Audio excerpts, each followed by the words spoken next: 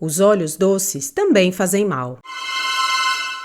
Olá, sejam muito bem-vindos ao canal Liber Audiolivro. Eu sou a Giovana e hoje vou ler o conto A Segunda Vida de Machado de Assis. Se quiser informações sobre o autor, clique no card que aparece no canto direito superior ou no link na descrição do vídeo.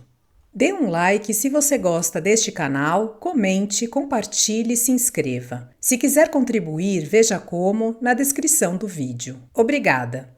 Vamos à leitura.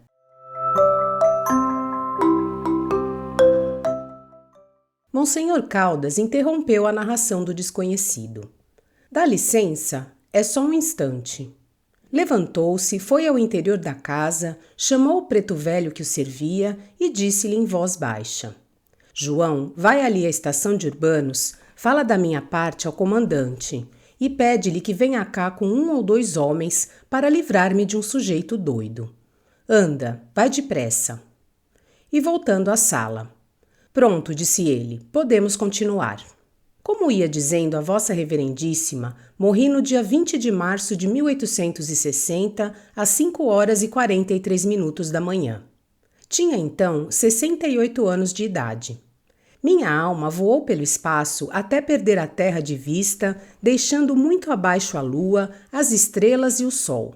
Penetrou finalmente num espaço em que não havia mais nada e era clareado tão somente por uma luz difusa. Continuei a subir e comecei a ver um pontinho mais luminoso ao longe, muito longe. O ponto cresceu, fez-se sol. Fui por ali dentro, sem arder, porque as almas são incombustíveis. A sua pegou fogo alguma vez? Não, senhor. São incombustíveis. Fui subindo, subindo. Na distância de 40.000 léguas, ouvi uma deliciosa música, e logo que cheguei a 5.000 léguas, desceu um enxame de almas que me levaram num palanquim feito de éter e plumas. Entrei daí a pouco no novo sol, que é o planeta dos virtuosos da terra. Não sou poeta, monsenhor. Não ouso descrever-lhe as magnificências daquela estância divina.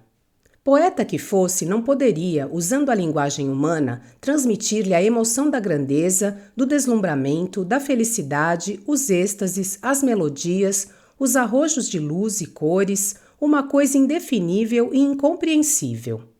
Só vendo. Lá dentro é que soube que completava mais 1 milheiro de almas.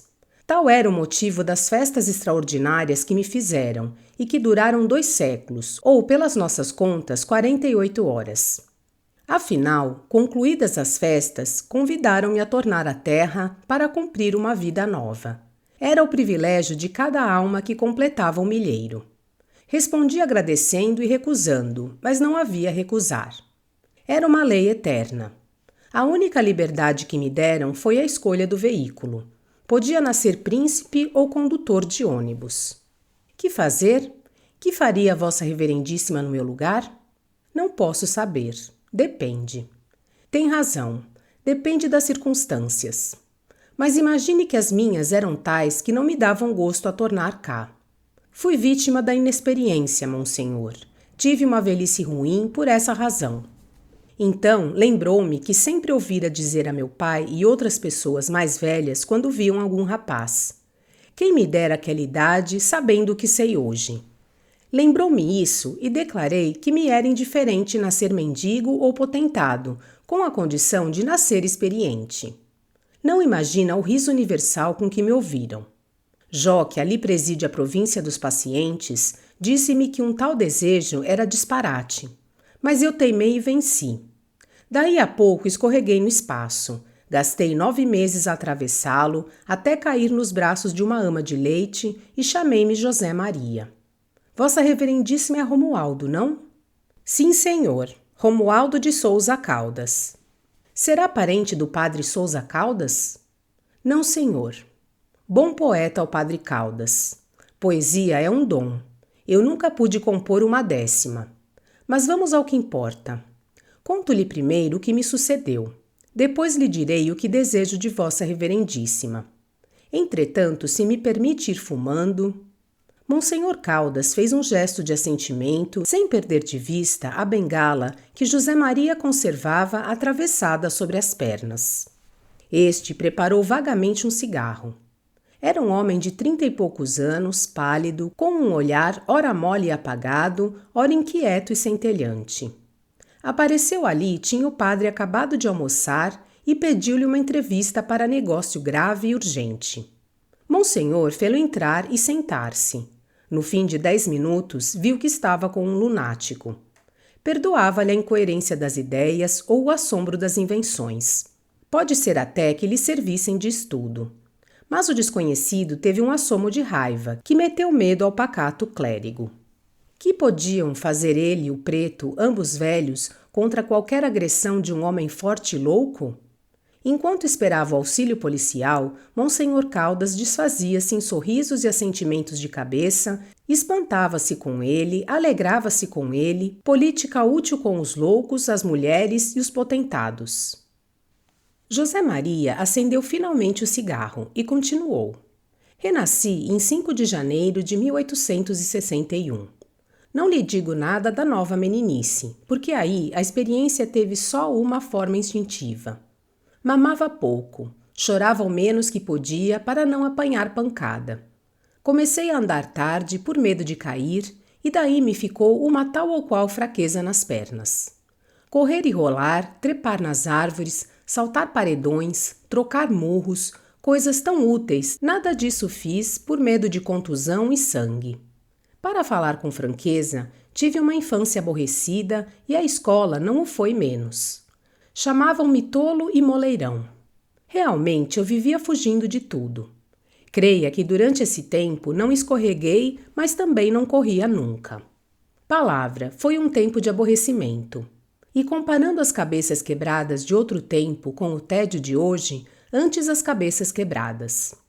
Cresci, fiz-me rapaz, entrei no período dos amores. Não se assuste, serei casto como a primeira ceia. Vossa Reverendíssima sabe o que é uma ceia de rapazes e mulheres? Como quer que eu saiba? Tinha 19 anos, continuou José Maria, e não imagina o espanto dos meus amigos quando me declarei pronto a ir uma tal ceia. Ninguém esperava tal coisa de um rapaz tão cauteloso que fugia de tudo, dos sonos atrasados, dos sonos excessivos, de andar sozinho a horas mortas, que vivia, por assim dizer, às apalpadelas. Fui à ceia. Era no Jardim Botânico, obra esplêndida. Comidas, vinhos, luzes, flores, alegria dos rapazes, os olhos das damas e, por cima de tudo, um apetite de 20 anos. Há de crer que não comi nada? A lembrança de 3 indigestões apanhadas 40 anos antes, na primeira vida, fez-me recuar. Menti dizendo que estava indisposto. Uma das damas veio sentar-se à minha direita para curar-me. Outra levantou-se também e veio para minha esquerda com o mesmo fim. Você cura de um lado, eu curo do outro, disseram elas. Eram lépidas, frescas, astuciosas e tinham fama de devorar o coração e a vida dos rapazes. Confesso-lhe que fiquei com medo e retraí-me. Elas fizeram tudo, mas em vão. Vim de lá de manhã, apaixonado por ambas, sem nenhuma delas e caindo de fome. Que lhe parece? Concluiu José Maria, pondo as mãos nos joelhos e arqueando os braços para fora. Com efeito. Não lhe digo mais nada. Vossa Reverendíssima adivinhará o resto. A minha segunda vida é assim uma mocidade expansiva e impetuosa, enfreada por uma experiência virtual e tradicional. Vivo como Eurico, atado ao próprio cadáver. Não, a comparação não é boa. Como lhe parece que vivo? Sou pouco imaginoso. Suponho que vive assim como um pássaro, batendo as asas e amarrado pelos pés. Justamente. Pouco imaginoso? Achou a fórmula. É isso mesmo. Um pássaro, um grande pássaro batendo as asas, assim. José Maria ergueu-se, agitando os braços à maneira de asas. Ao erguer-se, caiu-lhe a bengala no chão, mas ele não deu por ela. Continuou a agitar os braços em pé, defronte do padre, e a dizer que era isso mesmo, um pássaro, um grande pássaro. De cada vez que batia os braços nas coxas, levantava os calcanhares, dando ao corpo uma cadência de movimentos e conservava os pés unidos, para mostrar que os tinha amarrados. Monsenhor aprovava de cabeça. Ao mesmo tempo afiava as orelhas para ver se ouvia passos na escada. Tudo silêncio. Só lhe chegavam os rumores de fora. Carros e carroças que desciam, quitandeiras apregoando legumes e um piano da vizinhança. José Maria sentou-se finalmente depois de apanhar a bengala e continuou nestes termos.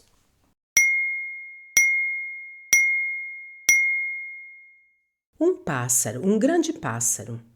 Para ver quanto é feliz a comparação, basta a aventura que me traz aqui um caso de consciência, uma paixão, uma mulher, uma viúva, Dona Clemência. Tem 26 anos, uns olhos que não acabam mais, não digo no tamanho, mas na expressão, e 2 pinceladas de buço, que lhe completam a fisionomia. É filha de um professor jubilado. Os vestidos pretos ficam-lhe tão bem que eu às vezes digo-lhe rindo que ela não enviuvou senão para andar de luto. Caçoadas. Conhecemo-nos há 1 ano em casa de um fazendeiro de Cantagalo. Saímos namorados um do outro. Já sei o que me vai perguntar. Por que é que não nos casamos, sendo ambos livres? Sim, senhor. Mas, homem de Deus, é essa justamente a matéria da minha aventura. Somos livres, gostamos um do outro e não nos casamos. Tal é a situação tenebrosa que venho expor a vossa reverendíssima e que a sua teologia, ou o que quer que seja, explicará se puder. Voltamos para a corte namorados. Clemência morava com o velho pai e um irmão empregado no comércio. Relacionei-me com ambos e comecei a frequentar a casa em mata-cavalos.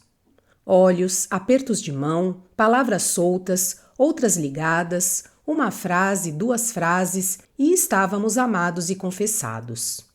Uma noite, no patamar da escada, trocamos o primeiro beijo. Perdoe essas coisas, monsenhor. Faça de conta que me está ouvindo de confissão. Nem eu lhe digo isto, senão para acrescentar que saí dali tonto, desvairado, com a imagem de Clemência na cabeça e o sabor do beijo na boca. Errei cerca de 2 horas planeando uma vida única. Determinei pedir-lhe a mão no fim da semana e casar daí a 1 mês. Cheguei às derradeiras minúcias, cheguei a redigir e ornar de cabeça as cartas de participação. Entrei em casa depois de 00:30 e toda essa fantasmagoria voou, como as mutações à vista nas antigas peças de teatro. Veja se adivinha como. Não alcanço. Considerei no momento de despir o colete que o amor podia acabar depressa. Tem-se visto algumas vezes. Ao descalçar as botas, lembrou-me coisa pior. Podia ficar o fastio. Concluí a toalete de dormir, acendi um cigarro e, reclinado no canapé, pensei que o costume, a convivência, podia salvar tudo. Mas logo depois adverti que as 2 índoles podiam ser incompatíveis. E que fazer com 2 índoles incompatíveis e inseparáveis?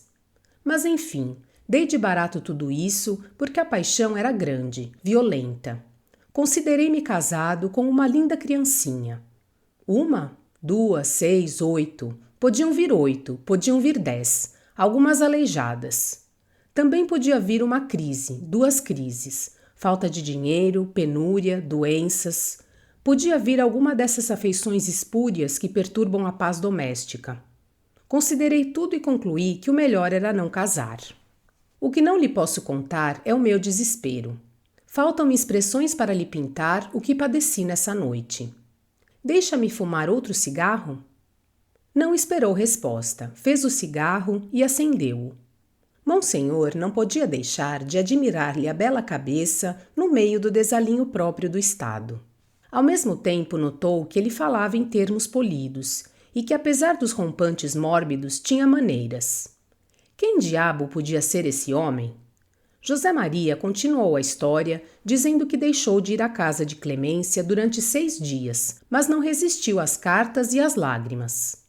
No fim de uma semana, correu para lá e confessou-lhe tudo.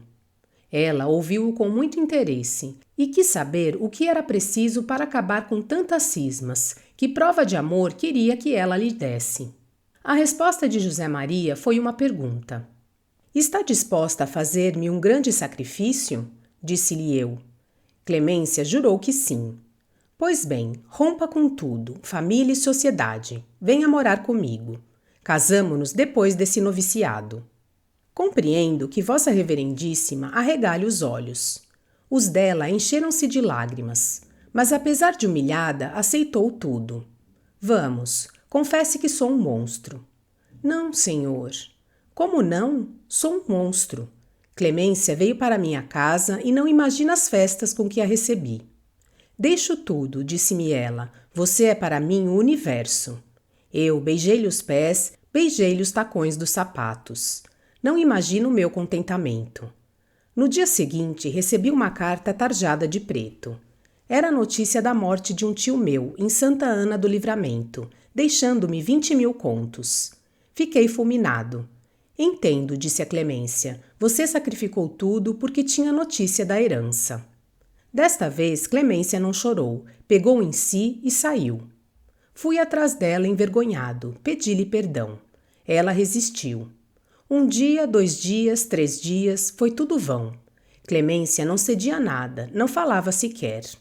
Então declarei-lhe que me mataria. Comprei um revólver, fui ter com ela e apresentei-lhe. É este. Monsenhor Caldas empalideceu. José Maria mostrou-lhe o revólver, durante alguns segundos, tornou a metê-lo na algibeira e continuou. Cheguei a dar um tiro. Ela, assustada, desarmou-me e perdoou-me. Ajustamos precipitar o casamento e, pela minha parte, impus uma condição: doar os 20.000 contos à Biblioteca Nacional. Clemência tirou-se-me aos braços e aprovou-me com um beijo. Dei os 20.000 contos. Há de ter lido nos jornais.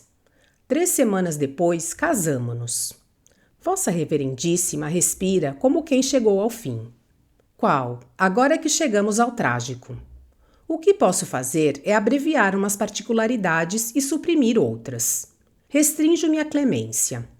Não lhe falo de outras emoções truncadas, que são todas as minhas, abortos de prazer, planos que se esgarçam no ar, nem das ilusões de saia rota, nem do tal pássaro, plás, plás, plás. E de um salto, José Maria ficou outra vez de pé, agitando os braços e dando ao corpo uma cadência. Monsenhor Caldas começou a suar frio.